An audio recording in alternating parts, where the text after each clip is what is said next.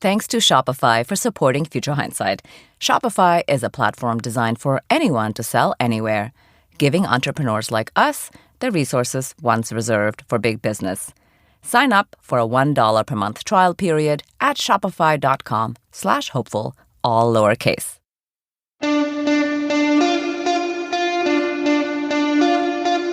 Welcome to Future Hindsight, a podcast that takes big ideas about civic life and democracy and turns them into action items for you and me.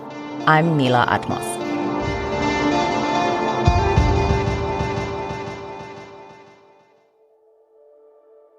It's 2024, and the future of America is in your hands. Democracy is not a spectator sport, so we are here to bring you an independent perspective about the election this year and empower you to change the status quo.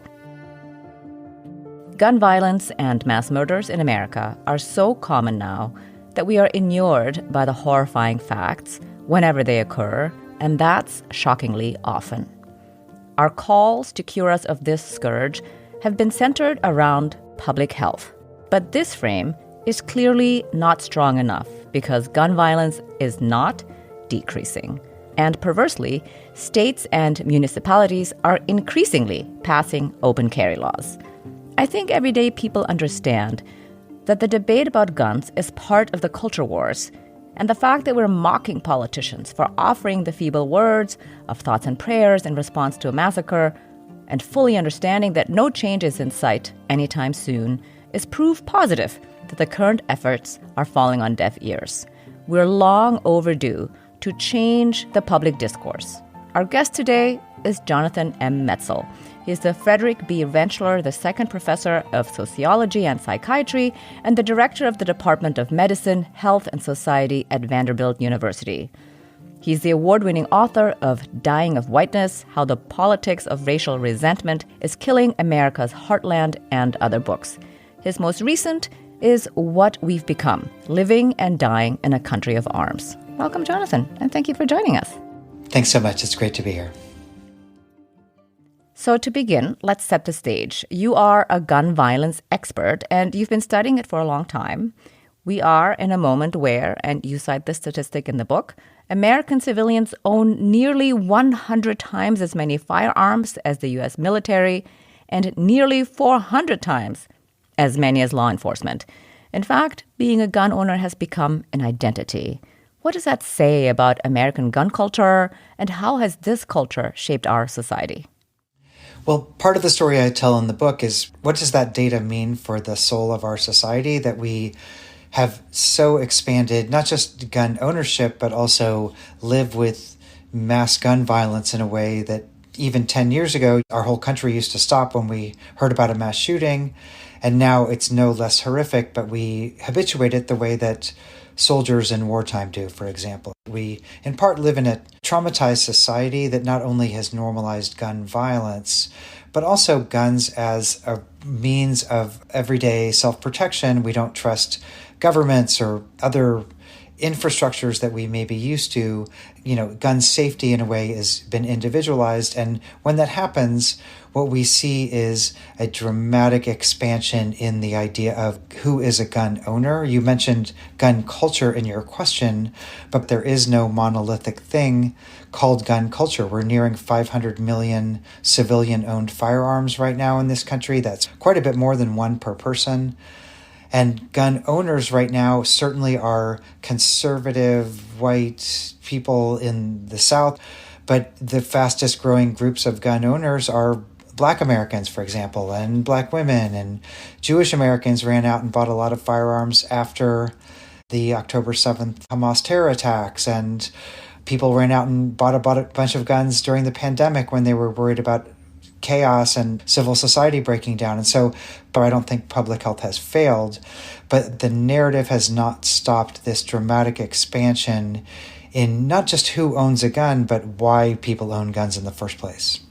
Yeah. The way that you're laying this out, it makes me think that really people buy guns for their safety. They think that they're going to be more safe if they have a gun, which is why they go out and buy a gun in response to some of these events. So I mentioned in the intro that the current discourse is advocating for gun safety with a frame of public health. And we are, of course, familiar with the statistics of more gun deaths in places where they have loose gun laws versus in places with more restrictive ones. But this feels like fact-checking disinformation, which, as we know in these ongoing post-truth times, is not effective. When it comes to mass shootings, most of the times, people name mental health issue as the primary reason. So just before we discuss going beyond the public health frame, what are those talking points anyway? Well, I hope people read my book, and I hope by the end of the book they never use the mental illness narrative again. Now, I don't deny that many mass shooters do suffer from psychiatric symptoms, but the idea that a mental illness caused somebody to murder other people in cold blood is really not borne out by the facts. The narrative itself is that after we have a mass shooting, often conservative politicians will get on television and say, guns don't kill people, mental illness does. That's what Ann Coulter said. That's what President Trump has said multiple times, that we don't have a guns problem here, we have a mental illness problem. Now, I don't deny we have a mental illness problem. We don't put enough money or treatment or infrastructure into treating mental illness in this country. But that's not the same as saying mental illness is causing mass shootings. That's just literally factually not true.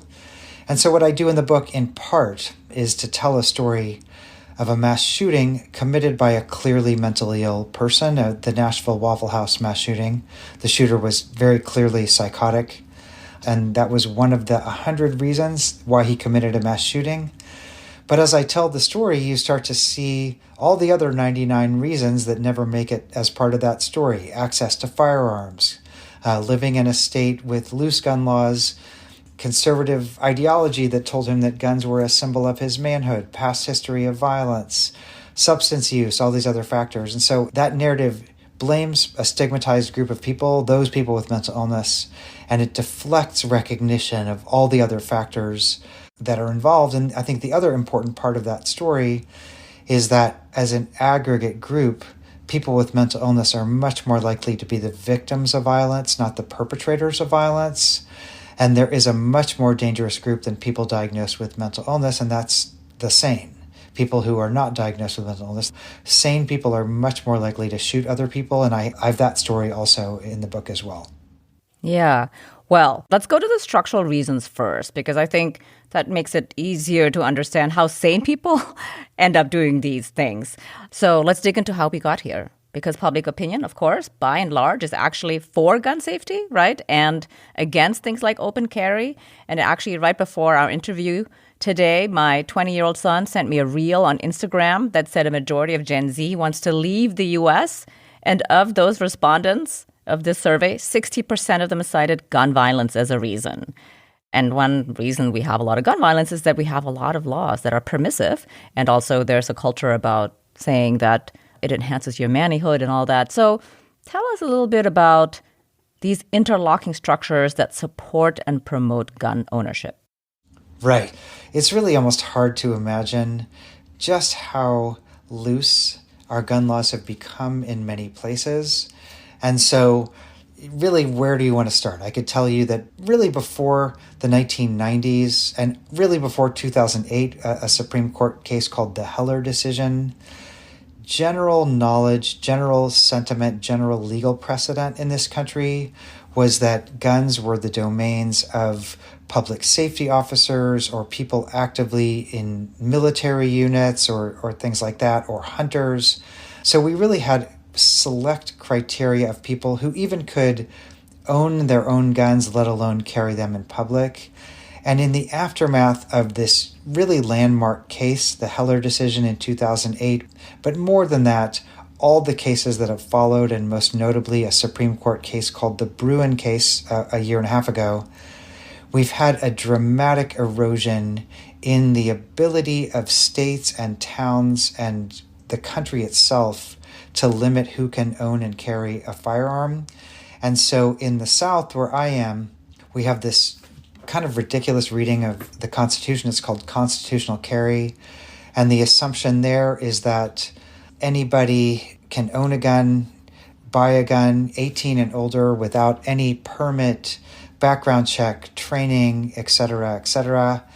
And so part of what we're seeing here is just an explosion in gun sales. We have so many guns, such few laws. And the irony is that things like mass shootings actually spur more gun sales because then people are more afraid and the gun becomes their answer. And so we've almost had the complete erosion in parts of the country of any laws that say that if you're somebody who's not like a wanted felon on the loose or somebody who has a restraining order or something like that, you can just go out and buy an AR-15 if you're 18 and older in many parts of the South. And really the question now is, and that's why the 24 election is so important, is that going to become American policy, or is this something that is just going to be limited to the South? I want to talk to the Bruen decision because that chapter in your book was so illuminating. But before we go there, I was wondering about some of the more popular gun safety legislations that people talk about, like red flag laws and background checks. And you point out that it puts the onus on family members to report on their own. And it rightly feels to many people like an encroachment on individual freedoms. So what would be a better policy for collective safety in public places, whether that's schools, restaurants, places of worship, or parades?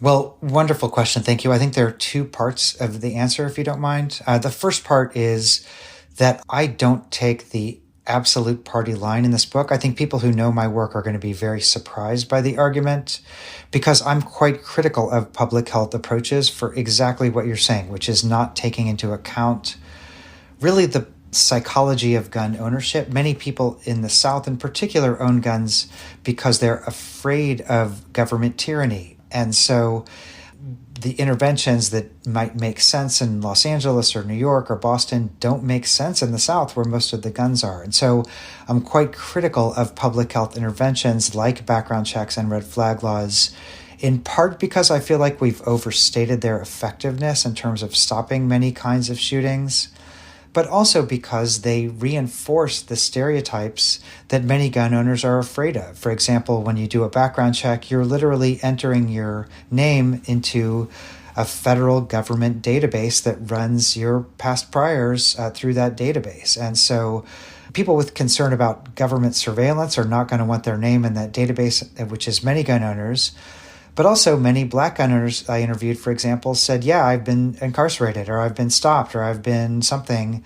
And so they felt kind of forced into buying their guns in illegal gun markets because of this federal database. Now, we do databases all the time when you buy a car, when you buy a blender, something like that. And so it's not like I'm against that idea, but I'm trying to highlight why there's resistance to it. And red flag laws, the other intervention you mentioned, well, again, I think it's a great concept that somebody who's spiraling toward violence, their family members are probably going to be the people who identify that. But with a red flag law, what you're doing is you're effectively inviting a safety officer, like a police officer, into your home to do a safety check on your relative. And if that person is deemed to be a threat, then you haul that person in front of a judge who can do a temporary block on that gun. And so that makes sense. When we read about mass shootings, it's like, why didn't they do that? But if you're living in gun country where I live, the idea that you're going to invite the cops into your home is just not super popular. And the idea that the answer to a problem is to limit somebody's God-given Second Amendment rights, people aren't excited about that, to understate. And again, white conservatives don't think that taking away someone's gun before they've committed a crime is justifiable. But black gun owners were not really thrilled about inviting the police in to assess their crazy uncle and things like that. And so it's not like I don't believe in these interventions. I'm just trying to highlight why, particularly where I live, the places where there are the most guns by far, they're just not as effective as they might seem if you hear about a mass shooting on the news and say, well, gosh, why didn't they do that? So that's a long first part of the question. Do you want me to stop? Keep going. Tell us the second part. Yeah. So the question is then, what do you do about that, right? And again, I think, of course, there should be laws. But in the book, I talk about new frameworks we might think of that join public health expertise with interventions from business, from urban planning, from a bunch of other fields. In other words, I think we need to make gun safety much more palpable and tactile and real for people. And so I argue that we could use gun safety to, for example, create something called gun safety entrepreneurialism. There's all this literature that fixing streetlights and building parks and creating jobs programs, those actually lower gun violence more than many of the laws we say. And so we've only tried this in South Chicago. Why don't we try this for the entire country? That if we do kind of urban or suburban or rural revitalization and tie it to all of these opportunities, for me, this kind of idea of fixing the streetlights was a bigger metaphor for how we could invest in infrastructure more broadly, but use gun safety as a metric for all of this structural renewal that in a way we would be lowering gun crime for sure, but we would be doing it without mandates, and we would be doing it in ways that were also very economically viable, that saw all this economic growth. And so that's one example of the structural competency of gun safety, that we should take a structuralist approach that builds structures that have reward systems built in, that make gun safety seem viable. And in a way, to me, that's the lesson of other countries. It's not just that they have strong gun laws. It's also that they have structures that encourage community and civic participation in ways that make sense to people so that they feel like they don't need to carry a gun around their neighbors in the first place. Yeah. Tell us a little bit more about the example in South Chicago, because I think most people don't know it. Yeah, so in South Chicago, there are all these incredible community organizations. They've built this entire metric of, first of all, it's putting people in networks where it's almost like a kind of loose, I kind of joke that it was kind of like an AA model, but they're in contact with their pastors and they're in contact with their sponsors and they're talking to people all the time. And if they feel like they're having violent homicidal or suicidal urges, there's an entire support system that comes and supports them in the real world. It's not just to send a text or on social media or something like that. And so partially they're able to identify like where are the hot zones already. We know that, for example, most shootings happen within predictable social networks. And so they identify high-risk areas.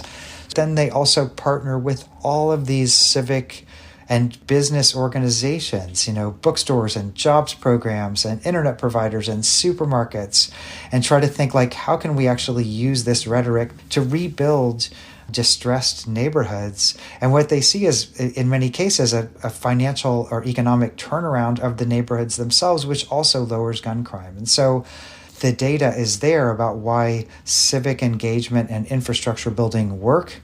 But for me, there was a very generalizable model of how we could be encouraging this kind of participation more broadly and using gun violence and shooting as a metric for renewal across our country. Yeah, I think we have said this many times on the podcast that what we really need to do is invest in communities, and not just dollars, but our time, our effort, and taking part and being there for each other all the time, because we live there. We live together. We are humans.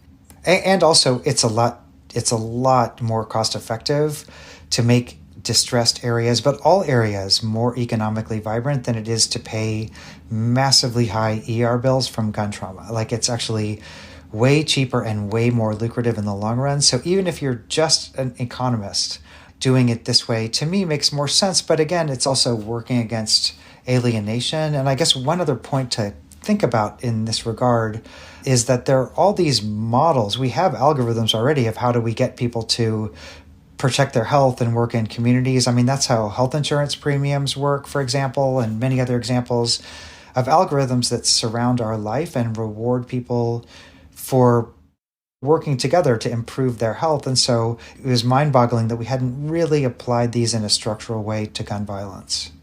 Well, you just mentioned alienation, and that makes me wonder about the role of racism and white supremacy in terms of gun ownership. So how do race and white supremacy fit into the picture? In the book, I'm telling the story of the Waffle House mass shooting in Nashville in 2018. For anybody who remembers that, a naked white shooter goes into a Waffle House in South Nashville and It's entirely full of black and brown young adults and kills 4 incredible young adults, injures 4 others. And so I couldn't write this book and not talk about what does it mean to be a white male gun owner? And part of that story is that we have a couple of centuries history of laws in this country that basically validated the rights of white men to be seen as patriots. That was from pre-colonial America. Only white men could carry guns in public. And hundreds of years of that, of laws, particularly in the South, reinforcing the rights of white men to carry guns, and also a bunch of examples of efforts to disarm everybody else. The Night Riders, the Ku Klux Klan were trying to disarm Black Americans, and the so-called Black Codes in the South were efforts to disarm Black Americans. And so carrying a gun in public was seen as a white male prerogative. So part of that story inflects the story I tell in the book. When you take away all the gun laws, pretty much anybody can buy a gun, and that's true. That's kind of the goal of gun sellers, is they realized by only selling guns to white men, they were really limiting their market for the product they were trying to sell. And so now it is true that we've evened that out kind of exponentially. Like the efforts to market guns to Black Americans are quite active. After the murder of George Floyd, for example, tons of ads to Black and Latino Americans saying the police could kill you, you don't want to be caught unprepared, it's time for you to arm up, and things like that. And so this is seen as a growth market for gun sales. But it's also true that because of history, a white man carrying a gun into Walmart and a Black man carrying a gun into Walmart elicit completely different responses. The white gun owner is seen as a patriot, and the Black gun owner is seen as a threat or a robber or a criminal, and they're treated accordingly. And so, the guy I tell the story about in the book, he has years of violent threats. It was no surprise to his relatives that he became a mass shooter, but because he was ultimately seen as a white man with a gun, there was nothing anybody could do about it because he coded as a patriot until the second he pulled that trigger. Mm-hmm. Yeah, thanks for explaining it so clearly. So you just mentioned, of course, the book is about the Antioch Waffle House shooting. Why did you write about this incident and not another? What I wanted to do was to work against the idea that we've habituated this. And so what I wanted to say is, look, if we tell the story of one mass shooting, if we slow it down and just tell the before and after of what happened in one story, look at what we learned. We learned so much by telling the story of one shooting. And so part of what I was trying to do is work against the human nature of habituation, which is what we do. We hear a story, we feel it, it's horrible, but research shows that within 4 days, if you're not someone directly affected, you go on to another story. Even the worst mass shootings, that's the case. And so, why I called it What We Become is we've become a nation that habituates something that we really shouldn't be. Soldiers habituate trauma because they have to go fight the battle the next day. But in civilian life, you really shouldn't have to do that. But the other part of it, again, is that this was also a much bigger story for me. This story of a naked white man with an AR-15 in a Waffle House. It was 2 a.m. The clubs had closed. These were celebrating young adults. And so a naked white man with an AR-15 in a Waffle House full of Black and Latino Americans, to me, was a metaphor for the bigger pathologies of guns and shootings in America. And so the question is kind of a question of values, a question of democracy. I talk about that a lot, that our society can either learn from these shootings and say we never want this to happen again, or we can do what the state of Tennessee did, which is that they ended up reinforcing the rights of people like the white gunman, which to me was the racial horror story beyond the shooting itself. And so really race really impacts this particular mass shooting. And I'm a scholar of race and guns and mental illness. And so in a way it tied in so many ways to things I've written before.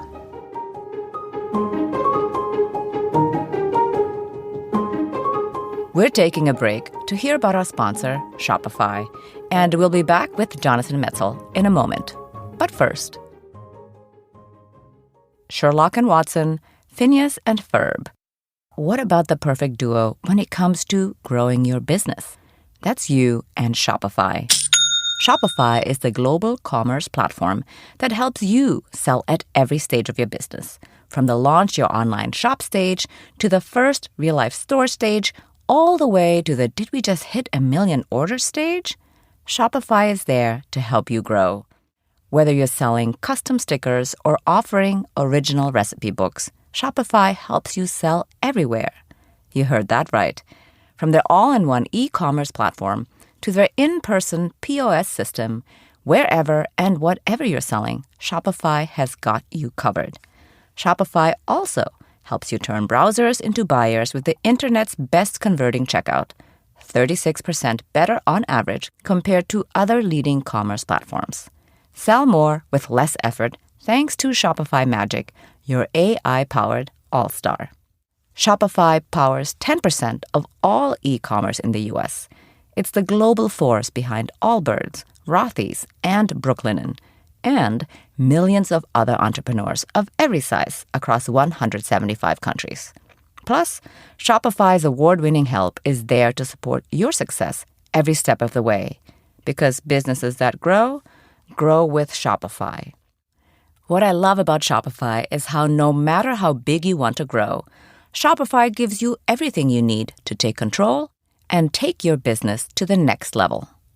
Sign up for a $1 per month trial period at shopify.com/hopeful, all lowercase. Go to shopify.com/hopeful now to grow your business no matter what stage you're in. Shopify.com/hopeful.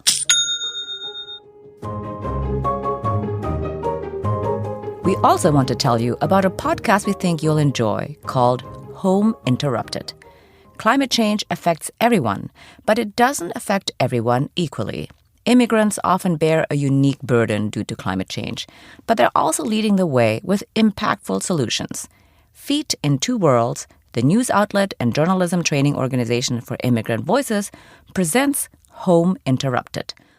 From flooded basement apartments in New York City to indigenous Maya farming practices in Nebraska, Home Interrupted by Feet in Two Worlds brings you deeply reported, original stories from across the United States.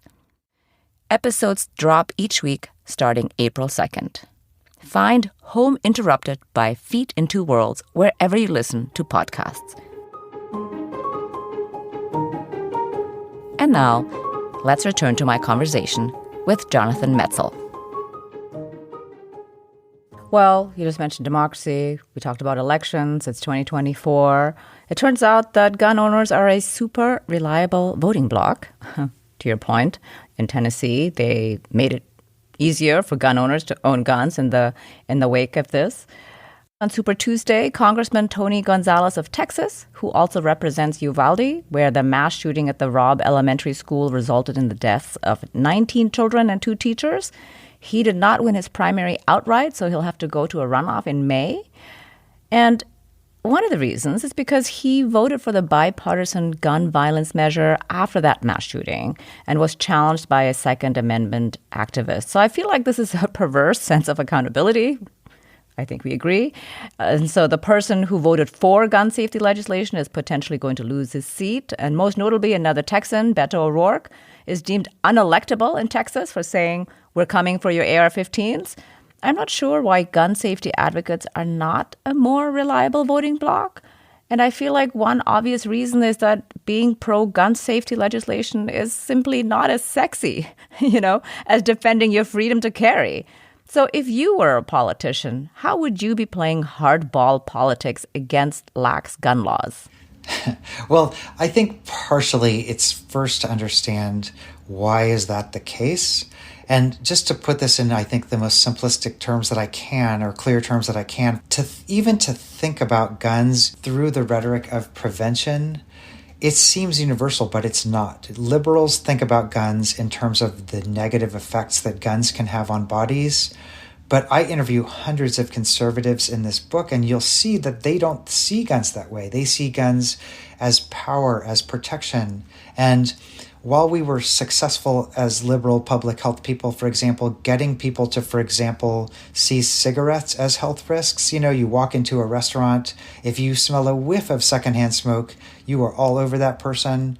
If someone gets in your car, they don't put on their seatbelt, you're going to tell them, put on your seatbelt or I'm not starting the car. We convinced people, rightly, that these were health risks, but we didn't convince a lot of conservative gun owners that guns were health risks. And so liberals often think about guns in terms of the threats they can pose to mortality, to our bodies, to other bodies.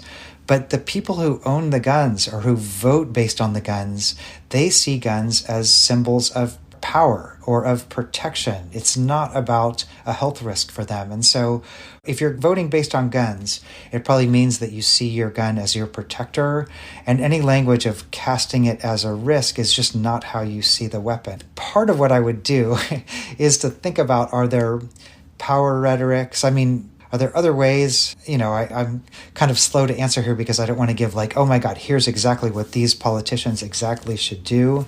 But for me, step one is to understand how we got here. And we have cast gun safety, prevention as the rhetoric that is, as we say, common sense.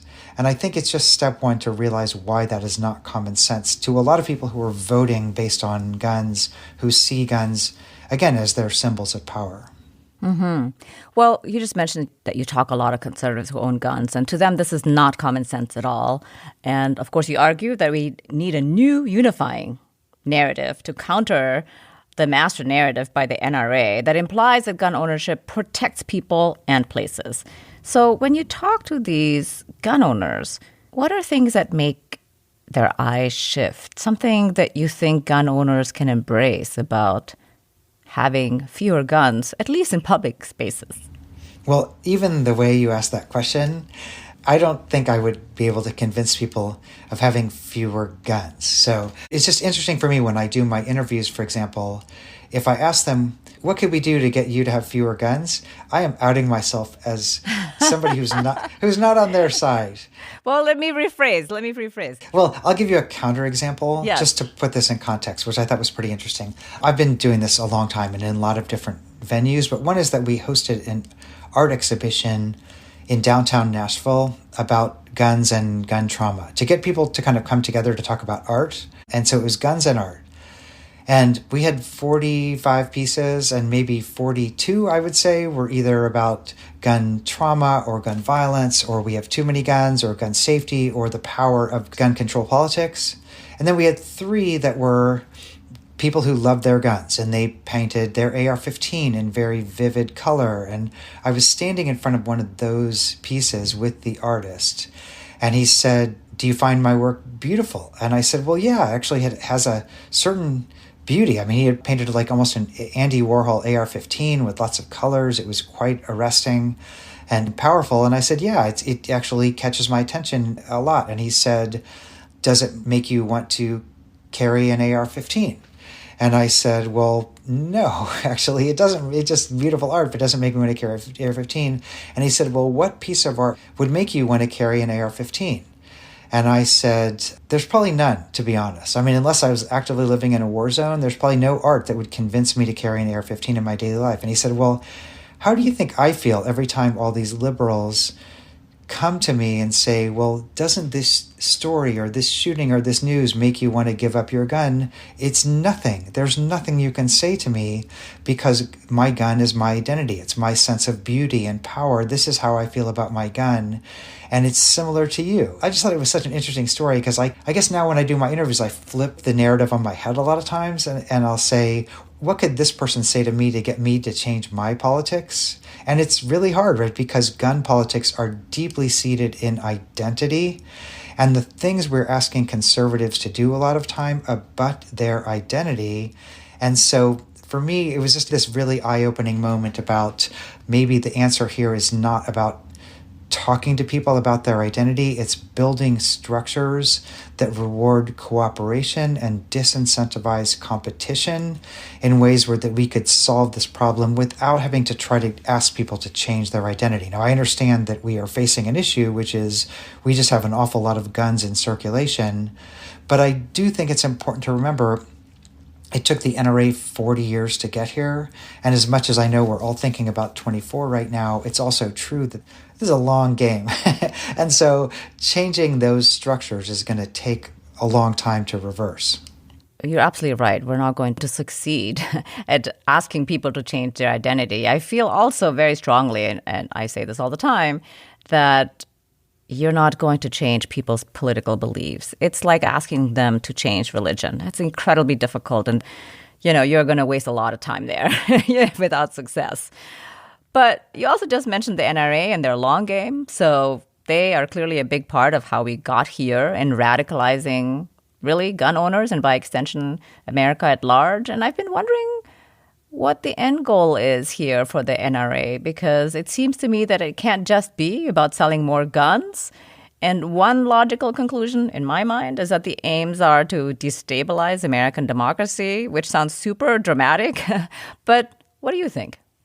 There's a lot of talk now about all the financial problems at the NRA, and everybody's like, oh, they're going to, and I'm like, the NRA could end tomorrow and their work would be done in many ways. The NRA was part of a bigger movement with the Federalist Society and others to overtake the American judiciary. And so part of what the NRA and others realized was that if we control the judges, we control the country in a way. Because if you have people who are A-rated NRA judges on the Supreme Court, you're overturning the will of voters, for example, in New York City, who voted in gun safety laws that were deemed, quote unquote, unconstitutional. Don't get me started about that. In a way, the goal of the NRA was to overtake the judiciary, and you see this across the country. I don't think the gun safety movement was in any way attuned enough to what has been happening over the past decade, 15 years.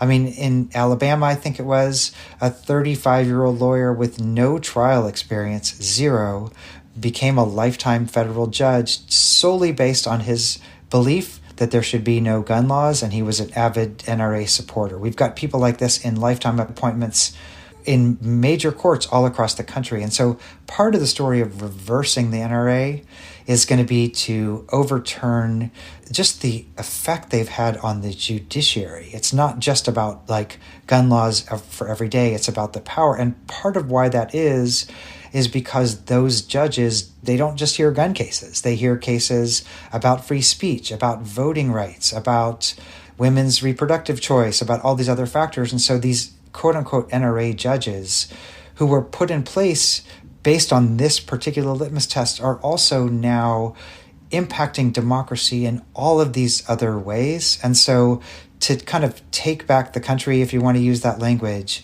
it really is going to take a concerted effort to take back, in a way, the judiciary in a more centrist platform. And again, that's part of my critique of public health, is that we paid attention to the health effects of guns, which are massive, but we didn't pay attention to the judiciary effects of gun politics.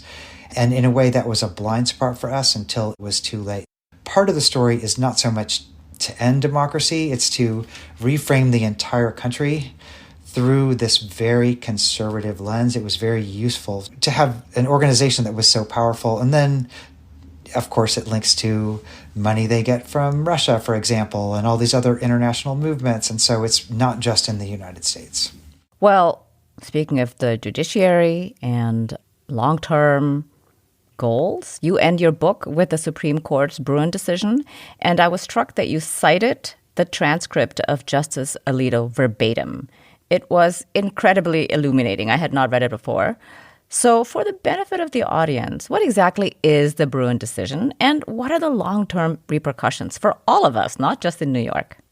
Thank you for asking me this. The book's been out a month, and you're the first person who's asked me about this. And I want people to read the book because it's a compelling story. I mean, there's incredible stuff about the mass shooter. But this Bruen case was basically, there have been certain public carry gun laws on the books for over a century in New York. It governs the city's ability to not let people carry guns in the subway, which is, as we record this, a very big deal because subway crime is a big issue in New York right now. And not carry guns in Central Park and in Times Square on New Year's Eve, where there are a bunch of drunken tourists, and while they're biking with a city bike down Second Avenue and things like that. So this city basically had said, look, New York is not rural Kansas. We have a really dense urban area, and we should be able to limit that people who carry guns in New York should only do so if they have a compelling reason to do so, like you're being stalked by your ex-partner, or you are a private investigator, or you work in a bodega that has been robbed a couple of times. Then you should be able to have a gun, but just everybody shouldn't be able to carry a gun. And this was a totally fake case, as many are. They found 2 random gun owners who said that they were being oppressed because they couldn't carry their guns from their home to their target practice, blah, blah, blah. And they built up this whole narrative about the oppressive nature of these New York gun laws that weren't letting people exercise their Second Amendment rights, and those gun laws were oppressive and racist and all these factors. And they have been trying cases like this for a long time, but the difference now is that the Supreme Court is dominated by people who were chosen for cases like this, right? NRA-rated judges. And also all of our good old-time friends, Alito, as I talk about in the book, being top among them. And the transcript is just unbelievable. It's just unbelievable. So I'm glad you recognize just how crazy it is, because on one hand, the city of New York says, here's all this slam dunk data that we have that says that, for example, having everybody armed in a subway car is a really bad idea, that there's a ton of literature about how defensive use gun shootings lead to all these civilians getting shot, and people misperceive just random noises or stimuli as being shootings, and they whip out their guns. And there are people who are coming home from bars and are drunk and they have guns and all these things. It's just like a really dumb idea to have armed people in subway cars. And that seems kind of obvious. And so New York had all this completely compelling data. And the flip side was Alito, who kept saying, well, what if I'm coming home in the middle of the night and Mr. Saggy Pants, gangbanger, mugger, like all these just incredible racial stereotypes could be lurking, and I might need my gun to defend myself. It was a total racial stereotype of like why people imagine they need guns. And that was the argument that carried the day, that in a way you could be in a subway car, you could be in there with Mr. Saggy Pants gangbanger, you could need your gun. And so what they did is they overturned 100 years of precedent in New York and other cities that let the city regulate guns in public places, and that has profound implications for public safety in dense urban areas, in blue cities in particular, because the governments now, in effect, can't regulate guns, and it leads to, I mean, I know there's a lot of controversy, for example, about Governor Hochul in New York bringing in the National Guard, basically, and saying bag checks and all this kind of stuff. But what people need to realize, no matter what side of that they're on, is that the city has lost one of its main vehicles for assuring public safety, which is gun laws. And so it's really an uphill fight in the aftermath of Bruin. That's part of the story. And then the other part, as I talk about in the book, is that this idea of speculative threat, imagining you're carrying a gun because of who might be a danger, is totally tied to race and racism. And so it ends up having incredibly disparate racial outcomes that I think are also important for people to know. Yeah. Well, thank you for mentioning that New York Governor Hochul has just called the National Guard to the subway system. And as a frequent subway rider, I have to tell you, when I first read the news, I thought, what for? You know, like there's so many police officers, honestly, they look like they're not doing very much in the subway station. They're hanging around, they're looking at you, they don't actually catch subway style jumpers. And I just kind of feel like, and now we need the National Guard. But now that you're explaining it in this way, it makes so much more sense. Because I would just say that I found this so much. It was so interesting in my research. Like I would ask people in the middle of Kentucky, I would say, you know, what about gun laws? And they would say, well, if I go to New York and I'm riding the subway, like people would bring up the subway all the time in the middle of like nowhere, rural Kentucky. And they'd be like, if I'm in New York and I'm riding the subway and I can't protect myself against Mr. Saggy Pants Gangbanger, who I guess is like, it's like SpongeBob SquarePants of the right or something. And so I'd be like, well, have you ever been on the subway? And they'd be like, well, no, I've never been to New York. But if I ever do go, so like this idea of the subway as being like the place where there are a lot of dangerous Black people, it is like urban myth level stuff. And the reason I think that's important to think about in terms of what's happening in New York now is because if you do let tons of guns in the subway, ultimately there's going to be a horrible shooting. I mean, that's just kind of the way it works every place else in the world, is the more guns, the more shootings. You're increasing the risk of there being shootings. And so part of what I argue that the goal of the Bruen decision was not to praise New York, but to kill it. In a way, having a subway mass shooting would just be like the greatest thing that ever happened to people in red state America, because they'd be like, you see, subways are totally unsafe and therefore we need more guns and no more gun laws and gun laws don't work. That's what's happened in Chicago and other places. And so even though I understand deeply the civil liberties aspect of this and the trauma of stop and frisk, for example, that many people still have in a place like New York, but I would also say that there's a bigger long game being played here, which is that New York needs a way to keep guns off the subways. And if there is a mass shooting in a subway, for example, it's just going to have all these perverse effects. That was a very long retort, but I just think it's important for people to recognize, at least from the Bruen angle, why safety in subways just has all these bigger implications. I mean, honestly, I don't think it was handled greatly by New York. You can't just have soldiers show up one day. But I would say that in the bigger context, there is an issue of subway safety, which is tied to all these bigger issues. Mm-hmm. Yeah, well, it just gave me chills, everything you just told me. Yeah, it's important. Yeah. It's important to know. I don't think they explained it, but I think it's important to know. Yes, thank you. Thank you for explaining that. I think this is incredibly helpful. So this is obviously an election year. And we at Future Hindsight are always looking for ways to bolster our civic action toolkit. What are two things an everyday person can do to be a part of the solution to end gun violence?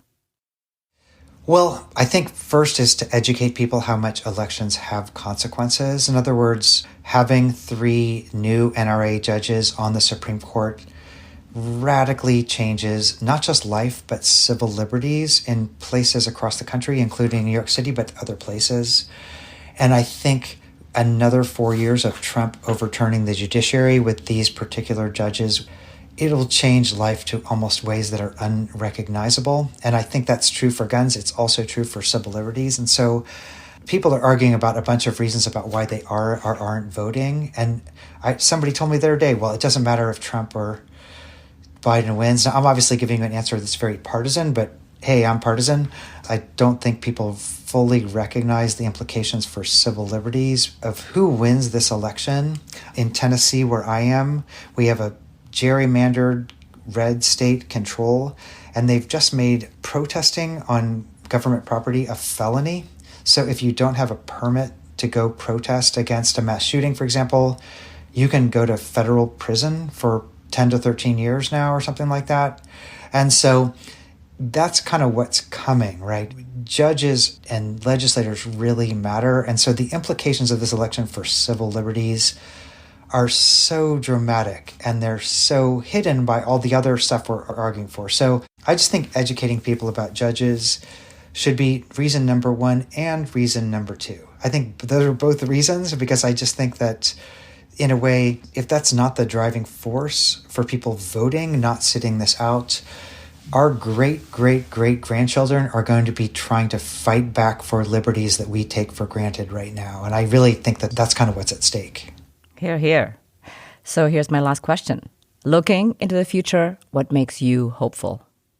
There's a lot of recognition. I mean, it's funny, but being a gun researcher for now over 15 years, there's been a lot of kind of Cassandra, like you're screaming, or you're like the person in the scary movie who you see the monster and many people don't. And I'm hopeful that people are mobilized right now. there's no mystery about what grassroots civic organizing means. And I also am encouraged because there are organizations like March for Our Lives. David Hogg does incredible work. All those people, they're not just looking at gun laws. They're having people run for, Secretary of State and election board and school board and library board, all these things that we kind of forgot about. And so I think being challenged like this has led to a lot of civic participation, and people are realizing the importance really of every single election, right? I think we've gotten quite maybe blasé about it or taken it for granted, and now we realize that, as you say, it's a daily fight, and that every single election really, really matters. Yes, I totally agree. Thank you very much for your time. Thank you for writing this eye-opening book. Congratulations. It was really a pleasure to have you on the show. Thanks so much. It was my honor. Jonathan M. Metzl is the Frederick B. Rentschler II Professor of Sociology and Psychiatry and the Director of the Department of Medicine, Health, and Society at Vanderbilt University, and the author of What We've Become, Living and Dying in a Country of Arms.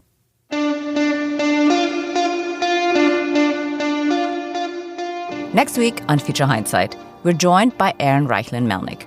He's the policy director at the American Immigration Council, a nonprofit organization that aims to bolster the United States by shaping immigration policies and practices grounded in evidence, compassion, justice, and fairness. That's next time on Future Hindsight. And before I go, first of all, thanks so much for listening. If you like this episode, you'll love what we have in store. Be sure to hit that follow button on Apple Podcasts or the subscribe button on your favorite podcast app so you'll catch all of our upcoming episodes. Thank you. Oh, and please leave us a rating and a review on Apple Podcasts. It seems like a small thing, but it can make a huge difference for an independent show like ours. It's the main way other people can find out about the show. We really appreciate your help. Thank you. This episode was produced by Zach Travis and me. Until next time, stay engaged.